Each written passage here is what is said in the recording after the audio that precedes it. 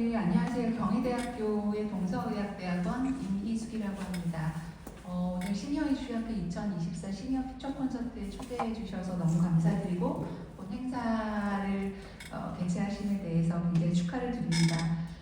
말랑말랑한 자리에서의 강연이 굉장히 오랜만이라서 오히려 와보니까 긴장이 되게 많이 되는데, 그리고 이제 오늘 오신 분들이 이런 시니어 산업에 관련되어 있는 현직의 종사자 또는 이제 준비하시는 분들, 학생, 대학원생, 다양한 분들이 계신 것 같아서 저는 이제 제가 키노트 스피치를 하지만 제가 어떤 답을 드린다는 의미보다는 우리가 같이 고민하는 요 포인트들이 정확한 방향을 가고 있는 건지에 대한 화두를 다 같이 고민하는 시간의 차원에서 제가 준비한 내용들을 나누도록 하겠습니다. 제게 주어진 시간이 20분 정도여서 시간 잘 맞춰서 해보겠습니다.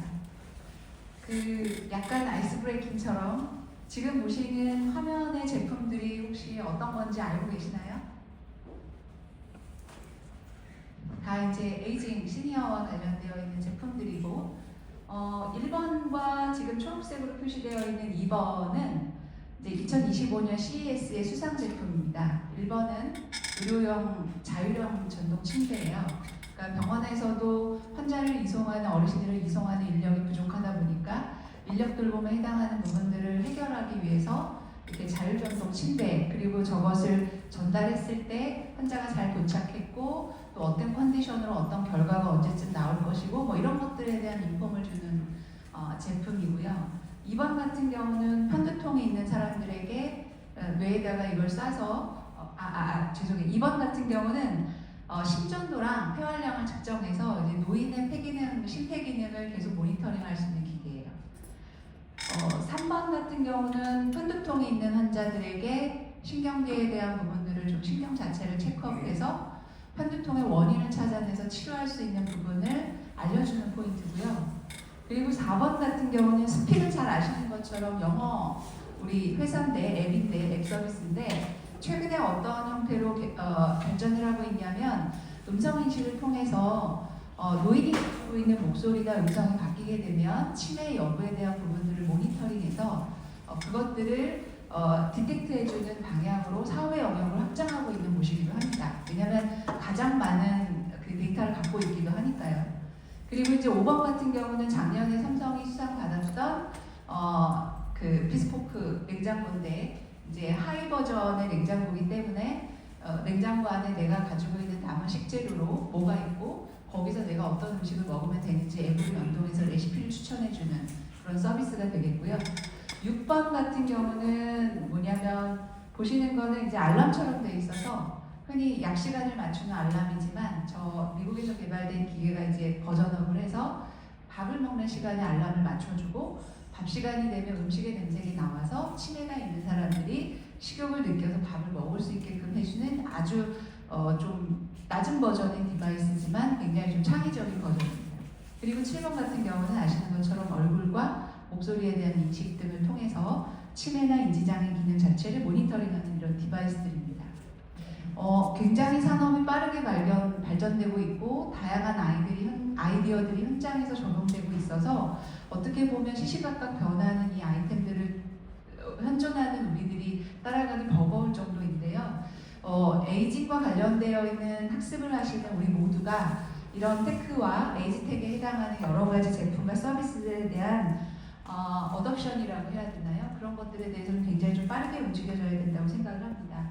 경희대학교는 사실은 국내에서 에이지텍이라고 하는 개념을 처음 가져와서 고령자를 위한 기술 혁신 제품 서비스에 대한 부분을 에이지텍 고령친화 기술이라는 것으로 확장하고 고령자의 AIP와 케어텍이나 그다음에 테크 어덕션이라고 하는 3대 분야와 8개 주제에 해당하는 부분에 연구와 교육을 진행하고 있고 아마 그래서 경희대학교로 아마 조회를 하시면 에이지텍과 관련되어 있는 기사와 홈페이지와 정보들을 많이 보셨을 겁니다.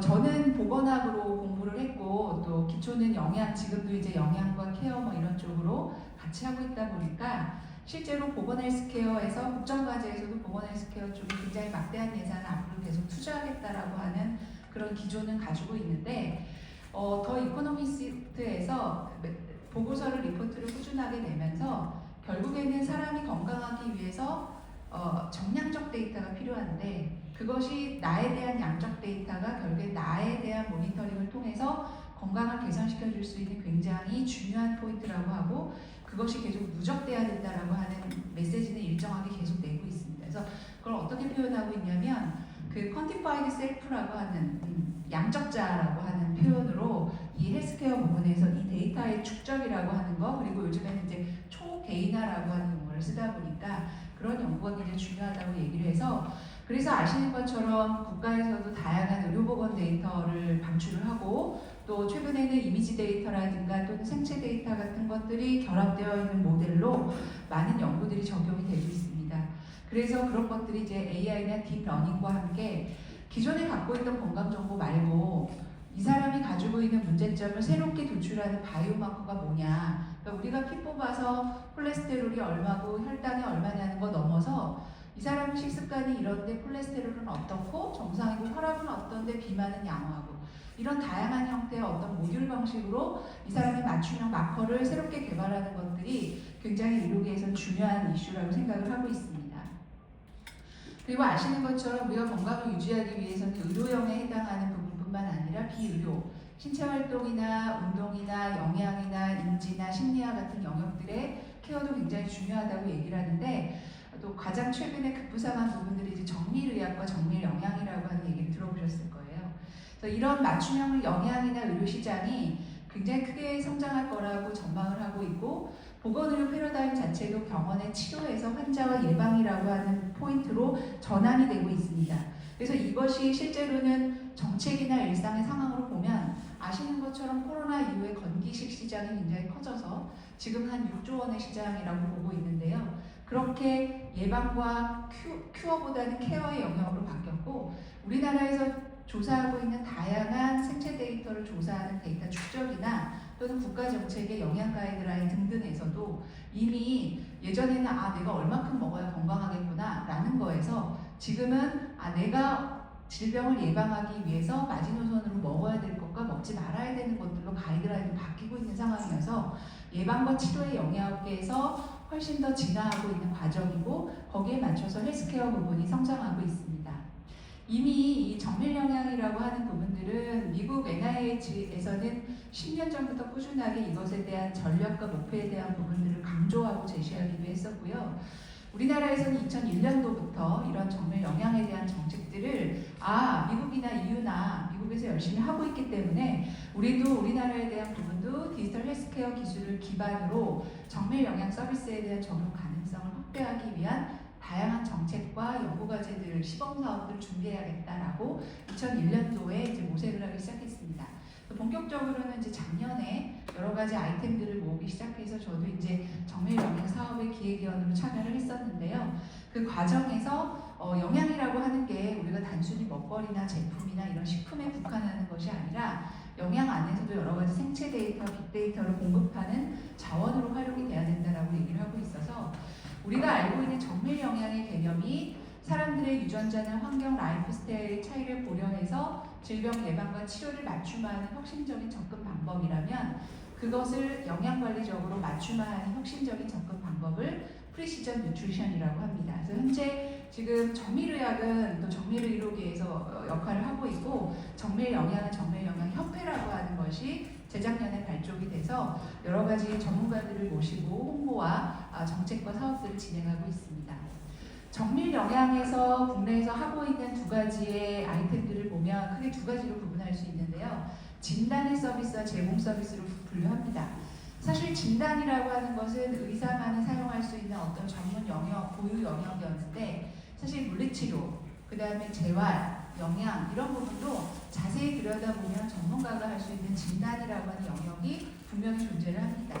그래서 이 영역 안에서 개인의 건강 데이터를 가지고 데이터를 연동하고 임상검사나 설문조사에 해당하는 데이터들을 전부 다 멀티플렉스하게 머지하고 활용해서 데이터에 해당하는 부분을 만들어내서 진단을 하고 나면 그 사람에게 맞는 어떤 식품이나 식단을 추천해 주거나 코칭해주는 제공 서비스의 형태로 두 가지를 정밀영양에 해당하는 부분을 분류하는데요. 미국이 우리나라보다 먼저 시작했다고 말씀드린 것처럼 이미 10년 전에 10,000명의 참가자를 모집해서 포트 데이터처럼 수집과 여러 가지 혈액, 대변, 우리 신체 데이터에 해당하는 모든 샘플들을 계속 업데이트하고 있고 이것을 NIH에서 펀딩을 만들어서 어떤 연구를 하고 싶은 사람들에게 일정 과제에 대한 부분을 아이템을 받고 그 부분의 데이터를 허락해주는 방식으로 미국에서 열심히 이 해당하는 연구들이 확장 발전하고 있습니다.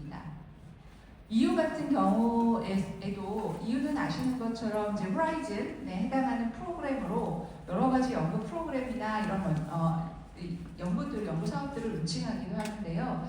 마찬가지로 EU에서도 2020년에 이 연구 과제 아이템을 넣었습니다.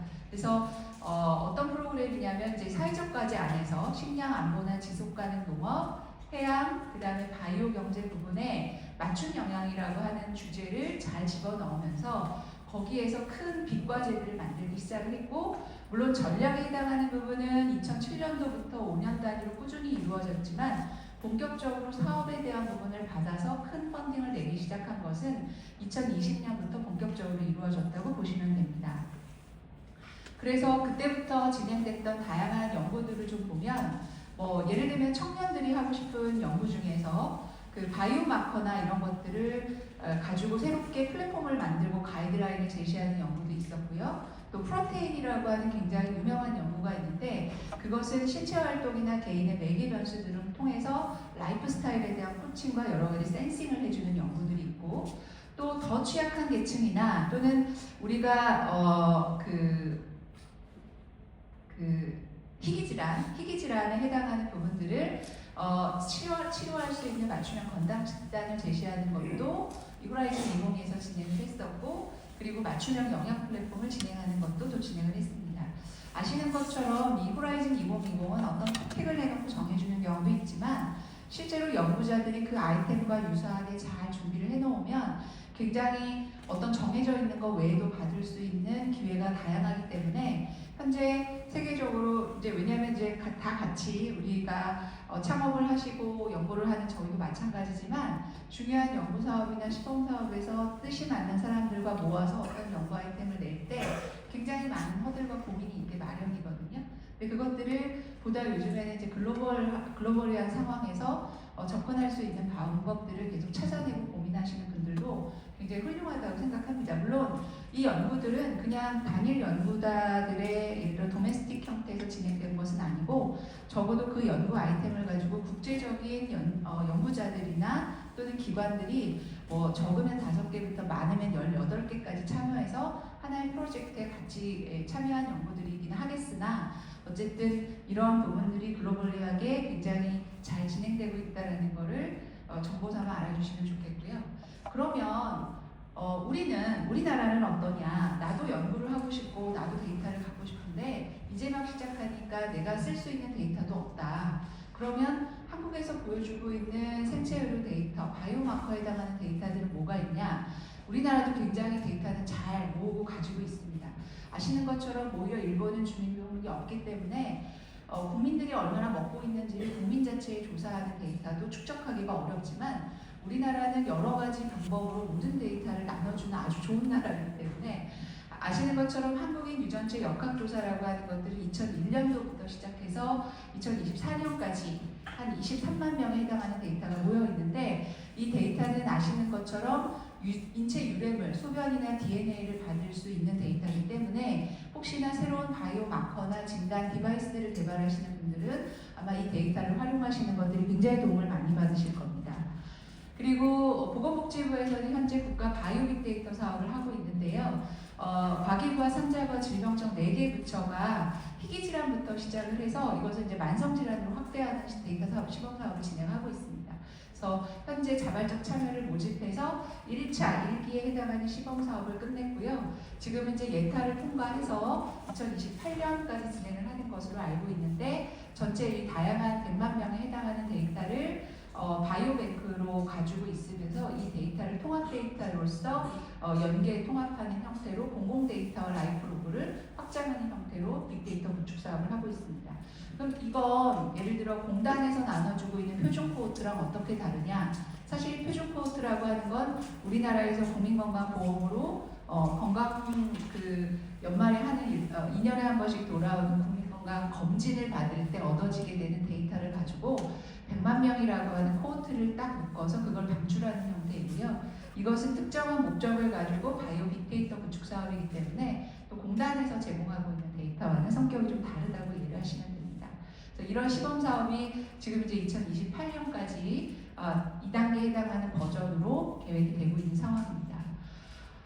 그래서 아까 이제 빅데이터에 대한 사업들은 이렇게 진행이 된다고 말씀드렸고요. 만약에 내가 연구와 사업을 하는 부분에서의 베이스라인의 데이터를 얻고 싶으시다면 사실은 다양한 영역으로 구분할 수 있겠습니다.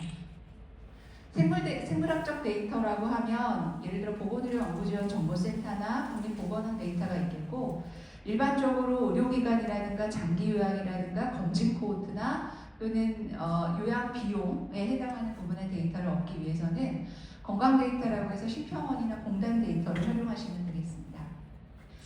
보다 영양이라든가 라이프 스타일에 해당하는 데이터를 얻기를 희망하시면 질병청의 국민건강영양조사 데이터를 활용하시면 되겠고, 생활 데이터라고 한다면 이제 라이프 오브 빅데이터나 또는 별도의 기관에서 운영하고 있는 플랫폼을 통해서 데이터의 활용을 진행하시면 되겠습니다. 그래서 우리나라의 그런 상황은 어떠냐? 이렇게 데이터는 오래전부터 축적을 해왔는데 이것이 지금 사업적으로 확장이 되고 있는 것은 최근의 일로 이 사업들이 정책적으로 펼쳐지고 있는 상황이어서, 사실은 농림부에서 2021년부터 맞춤형 식이설계 플랫폼이라고 하는 것들을 차세대 융합기술원과 그다음에 클러스터진흥원과 함께 2025년까지 알고리즘 개발하는 연구를 하고 있고요.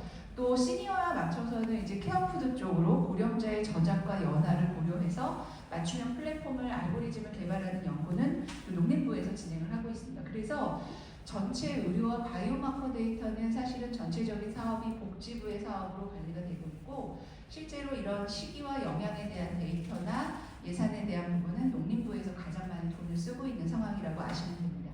그러면 나는 스타트업이나 작은 중소기업으로서 내가 하고 싶은 부분에 창업에 대한 이 보건의료와 영양 쪽에 해당하는 부분은 중기부나 산자부에 해당하는 여러 가지 과제와 시범 사업들을 아이템을 잘 보시면 되는 상황이라고 말씀드립니다. 내년 2025년 호라이즌에 해당하는 부분들을 약간 미리 설명회가 좀 있었는데, 특히나 내년에서도 이런 바이오, 보건, 헬스케어, 영양에 해당하는 부분들에 여러 가지 영역이 포함되어 있어서 아까 보셨던 것처럼 푸드나 바이오 이코노미나 내추럴 리소스 쪽에 들어가 있긴 하지만 2025년의 호라이즌은 디지털이나 인더스트리 쪽에 가장 많은 예산을 배분하는 걸로 알고 있습니다. 물론 우리 모두가 이걸 다 할 수 있고 지원할 수 있는 상황은 아니지만 전체적인 우리 연구나 동향이 어떻게 흘러가는지, 또 예산이나 이런 집행과 여러 가지 국가의 지원과 정책이 어떤 식으로 방향이 가는지에 대한 여러 가지 동향을 아시는 차원에서 이런 것들도 같이 쉐어하고 모니터링하면 좋겠다라고 하는 말씀을 드리고요. 보건과 영양에 해당해서 지금 좀 시국이 어수선하긴 하지만 이미 국정과제에서 바이오 디지털 헬스, 예방적 건강관리, 안심먹거리라고 하는 측면에서 3개의 국정과제와 목표에 해당하는 부분들이 설정되어 있고, 주로 헬스케어와 영양에 해당하는 부분들은 그린바이오 융합사업이라고 해서 5대 융합사업을 만들어 놓고요. 그 중에 5대 융합사업을 대체육, 그 다음에 메디푸드, 고령친화식품, 신소재, 식이설계, 업사이클링 이런 쪽에 이제 많은 예산을 투자하겠다고, 산업을 육성하겠다고 계획을 하고 있습니다. 일단 25년까지는 기획이 되어 있고, 남은 연차에 해당하는 부분들은 마찬가지 그린바이오 연장선상이긴 해서 이미 지금 이제 12월부터 내년 2월까지가 여러 가지 과제와 사업들이 막 나오는 시기다 보니까 여러 가지 고민을 하시는 선생님들은 올 겨울과 내년 초를 잘 활용하시면 좋겠다라고 하는 측면에서 정부의 방향과 정부에 대한 부분을 쉐어해 드렸습니다. 다시 돌아가서 마지막 슬라이드인데요. 그런데 이제 내년에 초고령이고요. 그리고 우리는 노인을 볼 때 굉장히 케어의 관점에서 바라보죠. 그 이유는 일단 노인이 되면 여러 가지 노쇠도 있고, 그 다음에 돌봄 노인도 많고요. 그 다음에 아시는 것처럼 OECD 국가 중에서 노인의 빈곤율이 굉장히 높은 국가가 우리나라이기 때문에 사실은 계속 노인을 취약하고 케어의 영역으로 볼 거냐. 그러나 우리가 고민하고 앞서서 산업을 고민하는 사람은 노인의 케어 영역으로만 보는 건 아니거든요. 돌봄 기술도 보고 로봇도 보고 새로운 식품도 만들고 디바이스나 진단기기도 만들다 보니까 그것이 어떻게 보면 굉장히 극과 극을 달리는 노인의 상황이지만 다시 한번 정리를 해보면 노인의 어떤 환경이나 관습이나 어떤 컨디션을 채취하고 앞으로 발생하는 여러 가지 노인들은 이제 베이비 부머 세대가 들어오는 부분에서 보다 합리적인 수준에서 케어받기 원하고 본인이 자립적 노화를 지향할 거기 때문에 제가 드리고 싶은 얘기는 우리가 다 같이 고민하는 이 포인트가 지금 상황에 모두 맞다. 그러나 이것이 5년, 10년을 내다보는 상황이어야 하고 그리고 그것이 서로 융합하는 형태로 다양한 아이디어를 모색하는 부분들은 놓치지 않고 노력하면 된다라고 하는 말씀을 드리고 싶어서 마지막 슬라이드로 이렇게 정리를 했습니다. 경희대는 저희가 이제 오늘 저희 경희대학교는 학과장님 김영선 교수님 계시는데요. 경희대는 실증센터와 BK 사업과 디지털 유해직 연구소를 운영하고 있습니다. 지금 BK 사업을 운영하면서 교육과정을 운영하고요. 저는 이제 주로 보건에 해당하는 부분을 담당하고 오늘 복지정책이나 실증을 담당하시는 신혜리 교수님도 같이 오셔서 혹시 제품이나 서비스에 대한 실증에 관심 있으신 분들 같이 소통하셔도 좋을 것 같습니다. 연구소를 다양한 분야로 운영하고 있고요. 실증센터를 운영하고 있어서 여러 가지 아이템들을 갖고 계시는 기업과 함께 실증 연구를 하고 있습니다. 또한 지역사회 교육 거점센터를 운영하고 있고 750개의 기업 기관과 매년 네트워킹 세미나 행사를 운영하고 있습니다. 오늘 가시면서 네트워킹에 가입하고 싶거나 관심 있으신 분들은 명함 쉐어해 주시면 감사하겠습니다. 네, 제 강의는 이렇게 마무리하도록 하겠습니다. 경청해 주셔서 감사합니다.